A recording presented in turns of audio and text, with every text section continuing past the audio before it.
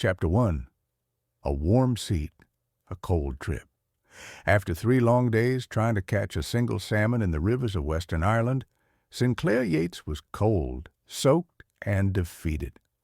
The scenery had been lovely, the rivers full of promise, but not a single fish had taken his bait. Tired and slightly embarrassed by his lack of success, he boarded a small train to begin his journey back to England, carrying nothing but damp clothes and a disappointed heart.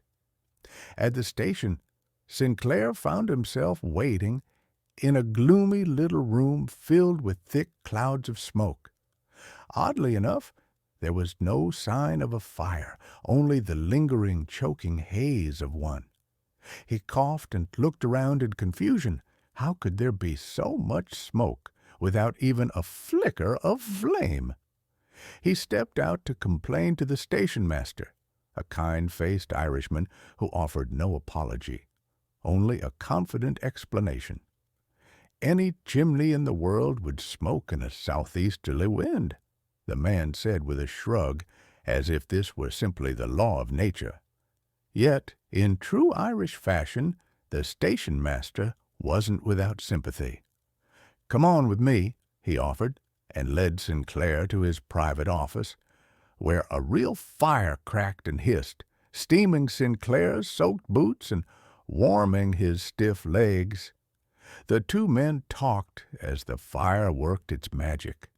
Their conversation danced between politics and salmon fishing, with Sinclair sheepishly admitting that he hadn't caught a single fish during his entire trip. The station master, far from laughing, nodded as if this too were just part of life's strange rhythm. As they spoke, Sinclair was struck by something deeper, the unmistakable charm of Irish hospitality.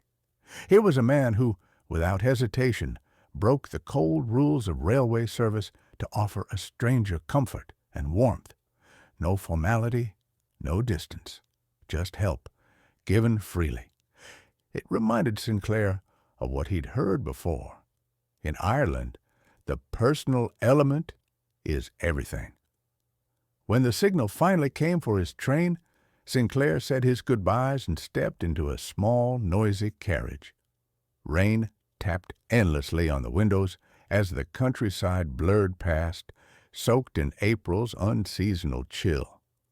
He closed both windows, pulled out a letter from his wife, and began to reread her latest instructions. Her words were kind but sharp in memory. "Such bad luck you haven't caught any salmon. If nothing works out, couldn't you at least buy one?" The line hit him like a slap in the knee. He had forgotten. His wife Philippa had likely written to their host Alice Harvey to tell her Sinclair would bring a salmon for dinner. Alice, being wealthy but frugal, would already be planning a grand meal around it. Sinclair groaned. Now he wasn't just a failed fisherman. He was a man with a promise to keep and no fish to show for it. Outside, the Irish landscape rolled by in grays and greens, every mile wet with rain. Inside, Sinclair wrestled with worry. Every station brought new characters, new stories, and new reasons to wonder at the strange, slow pace of rural travel.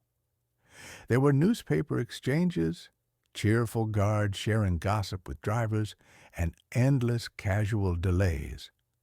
According to the schedule, they were meant to stop 10 minutes at Carrick Station, but 15 passed before anyone seemed to notice or care. Sinclair was beginning to understand. In Ireland, the timetable was more of a gentle suggestion than a strict law, and so began a journey that would test not just his patience, but his pride, and prove that sometimes smoke can exist without fire, but never without a story. Chapter 2. The Salmon Chase.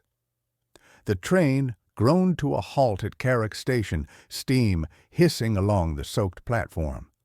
Inside the carriage, Sinclair Yates clutched his wife's letter, the words playing over and over in his mind like a song he couldn't escape.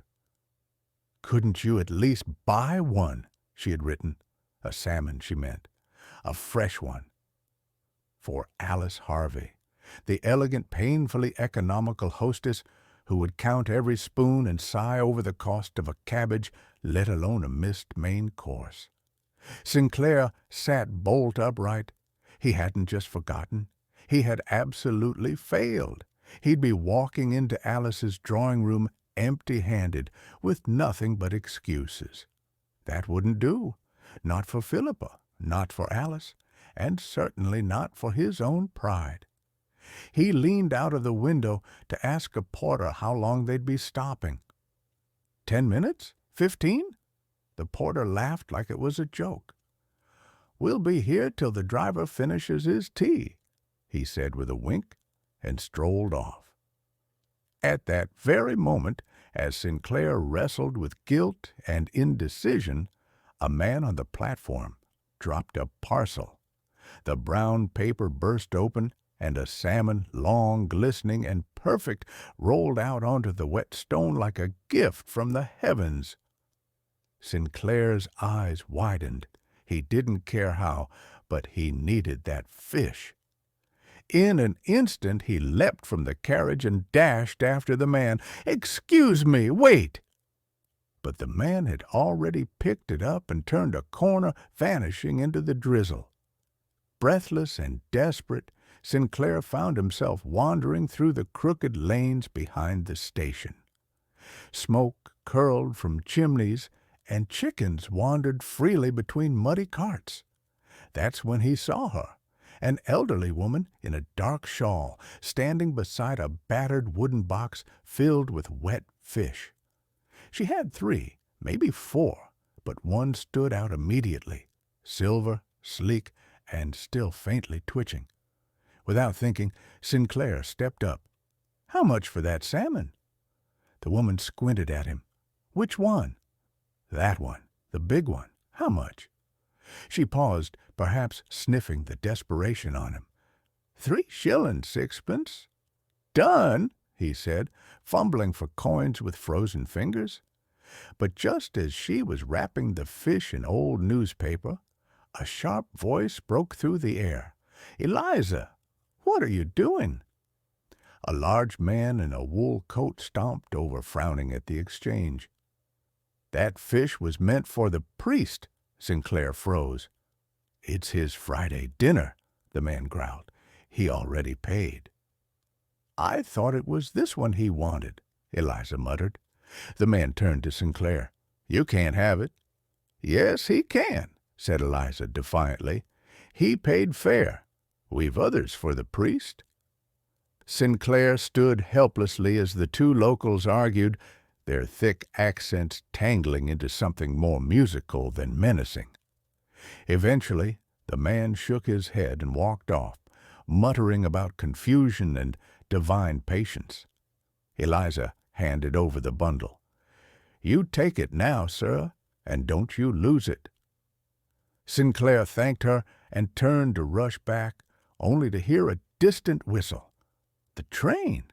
He ran, past puddles, past shops, dodging a dog that barked and chased his heels. As he burst onto the platform, the train began to move. He yelled and waved the salmon like a flag. A porter spotted him, whistled, and the train gave a stuttering stop. Sinclair climbed aboard, soaked to the bone and gasping, clutching the fish like a trophy. Passengers stared. A child pointed. Someone sneezed. But Sinclair grinned. Victory was cold, wet, and smelled like salt. But it was his. As the train pulled away from Carrick, he slumped into his seat, the salmon resting proudly on the seat beside him. He had no idea what the next stop would bring, but at least, for now, he had what he needed.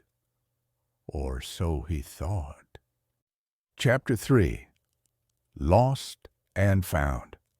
The train rattled through the Irish countryside as Sinclair Yates leaned back, satisfied for the moment, with the glistening salmon wrapped beside him.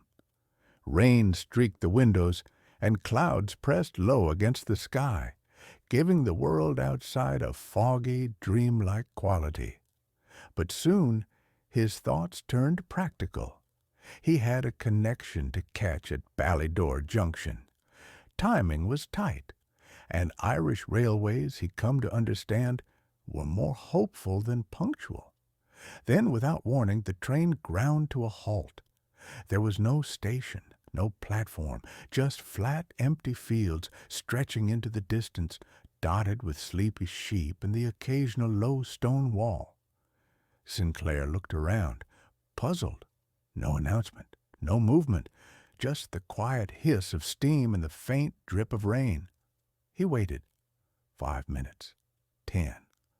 Then stepped out. The air was damp and heavy, and the only sign of life was a distant flicker of light in a small shack beside the tracks. With his salmon in hand, Sinclair made his way toward it, his boots squelching in the mud. He opened the door to find a scene so absurd it felt like a fever dream. 3 railwaymen sat around a small wooden table, deeply engrossed in a card game. A bottle of something strong sat in the center. One man puffed a pipe, another cursed his luck, and a third, wearing a conductor's cap, looked up with mild surprise. "Evening," he said casually, as if Sinclair had just strolled into a local pub. "What's going on?" Sinclair asked, baffled. "The train. It stopped." "Aye," said the conductor. "She'll be moving along soon. Just had to wait for a clear signal." Sinclair looked out the small window. There was nothing but darkness. "There's no signal." "Well, there would be," said the man, grinning, "if the telegraph lines weren't down." The others laughed. Sinclair did not. "I have a connection at Ballydor," he began, but the men waved him off. "You'll get there, eventually." Eventually came too late. By the time the train shuddered back to life and arrived at Ballydor Junction, Sinclair's connecting train had long since departed. The platform was empty, and so was the ticket hall, except for a sleepy attendant polishing a lamp. "No more trains tonight," the man said with a shrug. "Next one's in the morning. 'Fraid the town's full, too." "Full? Festival," the man said. "The Fies, dancing, fiddling, crowd from all over. Not a bed to be had." Sinclair groaned. He had a salmon, yes, but nowhere to sleep and no clear plan forward. A thin drizzle began to fall again, adding insult to injury. He wandered the narrow streets, each inn turning him away with the same cheerful apology. "Sorry, sir. We've not a corner left." The pubs were alive with music and laughter, but Sinclair had no appetite for cheer. He was wet, cold, and utterly stranded. Finally, in the back of a smoky little tavern, he found a half-lit room with a billiard table pushed against one wall. A lanky young man in dancing shoes stood swaying beside it, humming to himself and sipping from a flask. "Ye can lie there," the man said, gesturing to the shadow under the table. "Not exactly a feather-bed, but I've had worse." Sinclair hesitated, then crawled beneath it, laying his salmon beside him like a faithful pet. "Name's Finbar," the man said, wobbling slightly. "I won the dance just now. 4 years in a row. They don't clap loud enough, but I know I'm good." Sinclair nodded politely. "You're a champion, then." "Aye," said Finbar, beaming. "Don't let the drink fool you." Then, curling up in a chair, Finbar began to snore. And so, under a billiard table in a village bursting with music, Sinclair Yates spent the strangest night of his life, guarded by a drunken Irish dance champion and a very expensive fish. As he drifted off to sleep, he couldn't help but wonder what else Ireland had in store for him. Chapter 4. One Last Twist. The morning sun rose reluctantly over Ballador, casting a pale light on the dew-covered cobblestones and faded pub signs. Sinclair Yates stirred beneath the billiard table, his back stiff, coat damp, and trousers caked with a mysterious stain that might have been Guinness or mud or both. Beside him lay the salmon, still wrapped, still cold, and now beginning to emit an odor that could silence an entire train carriage. Finbar, the dance champion turned bedside companion, let out a heroic snore, kicked over an empty bottle, and mumbled something about fairies. Sinclair shook himself awake, ran a hand through his hair, and emerged from beneath the table like a man crawling out of a battlefield, bruised, broken, but victorious. After washing his face with rainwater from a dripping eave and brushing off the worst of his appearance with a damp handkerchief, he approached the station once more. The same sleepy attendant greeted him this time with a knowing grin. "Catch your train this time, sir?"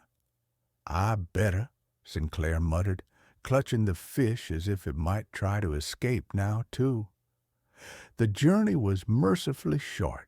A quiet compartment, a gentle rhythm of tracks, and no unscheduled stops. As the train slowed near his final destination, he leaned out to glimpse the countryside, neat hedgerows, orderly trees, and the distinct smell of order. England again. Civilization. On the platform, his sister-in-law Alice stood waiting. Immaculate as ever in a cream gloves and a navy hat that looked both expensive and judgmental, she waved politely as Sinclair stepped off the train. "My dear Sinclair," she said in clipped tones, "you look tired." "I am," he replied, handing over the salmon like an offering. "But I come bearing gifts." Alice took the parcel with her fingertips and immediately recoiled. "Oh, oh dear, is that fish?" "Salmon," Sinclair replied, mustering a tired smile. "Caught it myself." In a manner of speaking, Alice looked unconvinced, but said nothing. She turned sharply and led him to the waiting car, the driver eyeing the parcel with suspicion as he placed it in the trunk, carefully, as though it might explode. That evening, the drawing-room was filled with chatter and soft music. Well-dressed guests sipped sherry, and someone played Chopin on the piano. Sinclair, freshly bathed and shaved, stood awkwardly in the corner, nursing a glass and trying not to think about Irish trains or fish guts. Dinner was announced. As guests filed into the dining room, Sinclair noticed a peculiar excitement among the staff. The butler, usually as expressionless as stone, wore a faint smile. The cook emerged from the kitchen in a state of flushed triumph. On the table, at the center, under a silver dome, was his salmon. Alice stood. "Ladies and gentlemen, tonight's dinner is rather special. My dear brother-in-law has brought us a delicacy from the west of Ireland." There were polite murmurs. Sinclair looked down at his plate. The dome was lifted. A wave of warm, oily, unmistakably strong aroma swept through the room. Someone coughed. A lady near the end of the table winced, but it was too late now. Slices were served. Forks moved cautiously. Sinclair tasted his piece. It was dry, overcooked, but it had made the journey. That was something. Then something miraculous happened. The youngest guest, a small boy with large spectacles, grinned. "This is brilliant," he declared, chewing happily. The room relaxed. Someone laughed. A toast was made. And just like that, The fish became the hero. Stories were swapped, jokes were shared, and the salmon, ugly, late, and vaguely rotten, was remembered not for its taste, but for its journey, for Sinclair's journey. Later, as Alice saw him to his room, she paused. "You know," she said, "there was something oddly charming about that whole mess. I do believe you've become a legend tonight."